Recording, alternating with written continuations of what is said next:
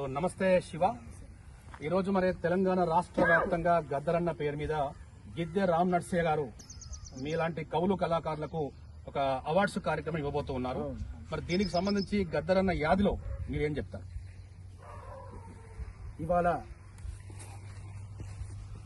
ఈ తెలంగాణ, ఆంధ్రప్రదేశ్ అని తెలుగు రాష్ట్రాలే కాదు, యావత్తు భారతదేశానికి ఆకలి కడుపుకు ఆసరైన ఉల్లాసాన్ని ఇచ్చినటువంటి పాట గద్దరన్న. అదేవిధంగా ఈ మట్టిని ముద్దాడిన పాట గద్దరన్నది. ప్రకృతికి విప్లవాన్ని నేర్పి, సాంస్కృతిక విప్లవాన్ని చాటి చెప్పి, ఎక్కడ అన్యాయం జరిగితే, ఎక్కడ దోపిడీ జరిగితే, ఎక్కడ ప్రజల సమస్యల్లో ఉంటే అక్కడ తన గళాన్ని కళాన్ని వినిపించి ఎంతో మందిని చైతన్యం చేసినటువంటి గద్దరన్న ఇవాళ లేకపోవడం బాధాకరం.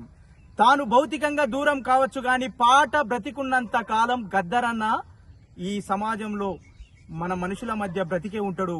ఆయనకు మరణం లేదు. ఆ మరణం లేని ఓ అమరజీవి గద్దరన్న. నీ యాదిలో ఇవాళ తొర్రూరు సభ గిద్దె రామ్ నర్సయ్య గారి ఆధ్వర్యంలో గిద్దెగలం గద్దర్ అవార్డ్స్ అనే పేరుతో ఇవాళ అనేక మంది కళాకారులకి ఈ అవార్డు, 150 మంది కళాకారులకి అవార్డు ఇవ్వడం జరుగుతుంది. ఉన్నటువంటి కళాకారులంతా కూడా రెట్టింపు ఉత్సాహంతో పనిచేయడం కోసం ఇదొక మంచి మొదటి మెట్టుగా ఉంటుందని ఈ అవార్డు ప్రజెంటేషన్ చేయడం జరుగుతుంది. కాబట్టి అందుకోసమే మేమంతా గిద్దె బలగమై ఈరోజు తొర్రూరు సభకు రావడం జరిగింది. కాబట్టి గద్దరన్న పాటను యాందానికైనా మోసుకపోవడానికి మేము సిద్ధంగా ఉన్నాం. గద్దరన్న గిద్దె రామ్ నర్సన్న గద్దరన్న యాదిలో సభ పెడుతుండు. మేము గద్దరన్న పాటను ప్రచారం చేసే దిశలో ఎల్లప్పుడూ గిద్దెగలంతోటి ముందే సాగుతామని చెప్పని మీ అందరికీ తెలియజేసుకుంటున్నాం.